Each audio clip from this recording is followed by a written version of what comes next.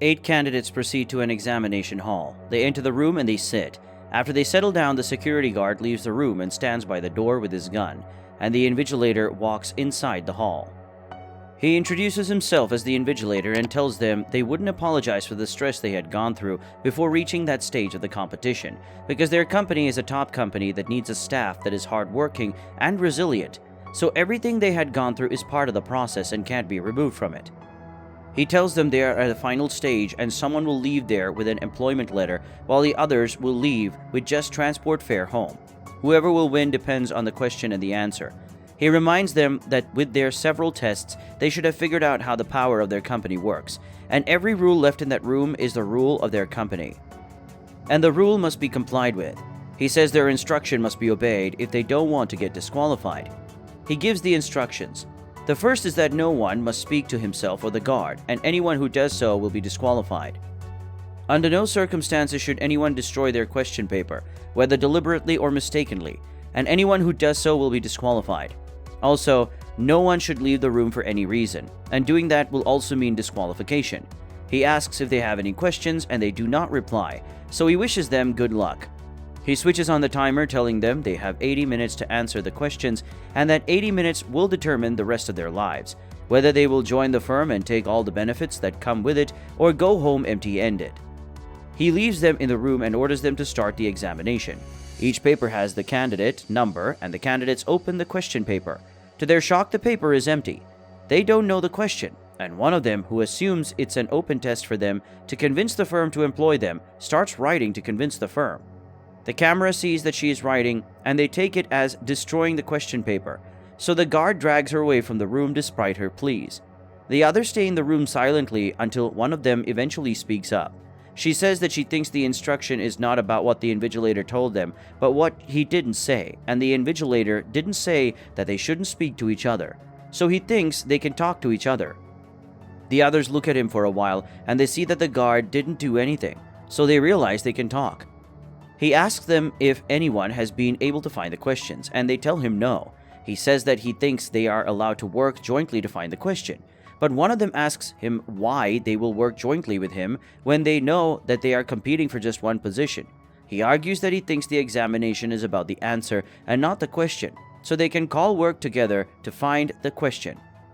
Another one says they still have about 64 minutes to find their question before it is too late. They decide to work together to find the question. In the process of rubbing minds, he calls one of them Gangi, and the guy refuses the name and says he wants his real name, but he stops them, saying that the company who has decided to put numbers had a reason, so it is best they use nicknames. He calls himself White, the others Black, Brown, Blonde, Brunette, Dark, and one of them who has been talking is Deaf. All names are based on their skin color or hair color. He says the second step is to confirm the other things the invigilator didn't say, so he recalls that the invigilator didn't say they couldn't stand up. He stands up and walks around, and the guard doesn't stop him. Since they are sure they can move, they discuss how to solve the issue. One of them suggests that they could shade the paper to see if the question is hidden underneath it, but they remind her of the instruction that says they cannot destroy the paper and shading it will be destroying it. Brunette suggests they could reveal the question by using light, and Brown uses the light on the roof, but it doesn't work. She asks him if she could use a better light, but he tells her to do it, so she stands to use the light by their side, but it doesn't work. They also suggest that the question could be in all their papers or in one of them, so they instruct everyone to use the light to check their papers, but they find nothing. Black suggests that sometimes normal white lights can't do it, but they need hidden lights like UV lights and X-rays. They find out there is also an emergency light there, so they decide to break all the white lights to trigger the emergency blue light. They do so, but the question still doesn't show. Black discovers another light beside the ultralight, which can be triggered by breaking the ultralight. They do that again, revealing another light, but it doesn't work. White says the instruction is not to destroy their papers, so he takes the first candidate's paper and shades it, but it can't find answers. He tears it and urinates on a piece, but finds no answer. Dev says all they have to do is look well, but they don't understand him. And Brown also explains that he thinks they don't have an exam, but some people are betting on them. He says there were 4 males and females from different backgrounds, so it must be that they are playing them. Dark tells him he is wrong, as the owner of the company isn't a person to do that, and if anyone is watching them, it's only him. He hasn't been seen for several years, and he is the one who created the suppressant for the global pandemic, and he's wealthy. She suggests that if he wants to pick a secretary, that's the best way to do it, and seems he wants to expand because he has found a cure. White and Brown also reveal that they were invited for the job and they didn't apply. Talking about the virus, Brunette reveals that her partner has the virus, and White teases her that she will be disqualified. To prove her worth to the imaginary owner watching them, she takes a lighter from the guard and suggests that chemical liquid can reveal the question. She uses the light to force the liquid out, and when she asks White for the extra question with him, White gives her question instead. She burns it and gets disqualified. White also deceives Def to tear his paper, and he gets disqualified. Black gets angry, but White says they should thank him for increasing their chances because he knows the question. They try to convince him to tell them, but he refuses, so Black hits him and he passes out. With the help of Brown, they tie him to the chair, and Dark suggests they push him out, but Blonde reminds them that the person has to leave voluntarily. When White wakes, he reveals he has the infection and has to use drugs, but they can't find his drugs.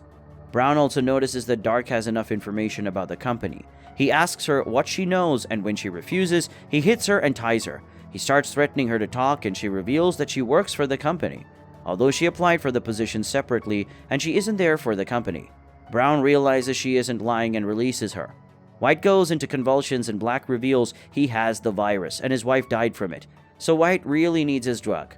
They search each other for the drug, and Dark finds out Brown has hidden the drug. She takes it to give White, but Brown throws it away. They struggle to pick it up without success. To stop White from dying, Dark asks the guard to help and gets disqualified. Blonde eventually takes the drugs and gives White. After White recovers, he reveals that there is no question and the last person in the room wins.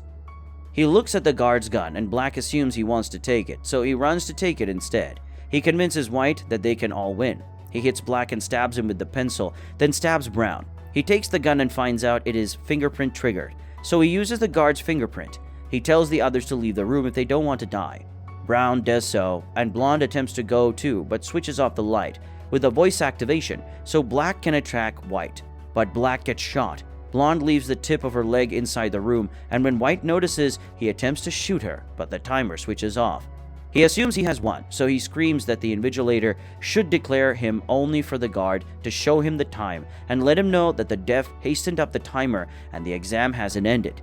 He gets disqualified, and Blonde also sees Def's glasses. She remembers Deer's words about seeing clearly, so she uses Def's glasses and a piece of glass to check, and she sees question. She answers with no, and the exam ends. Def returns with the invigilator, who reveals Def is their CEO. She says the question is there a question? Which is the only question the invigilator asked. But she says she doesn't want the job because she has many questions. She asks if the job is worth someone dying for, but they tell her Black isn't dead. While searching for a cure, they found a rapid cell regeneration, and that is what Black was shot with, so he's cured. He says they were looking for an administrator who can make perfect decisions in terrible situations, and she is the perfect fit. Black also wakes up healthier, and she decides to take the job. So Blonde got the job.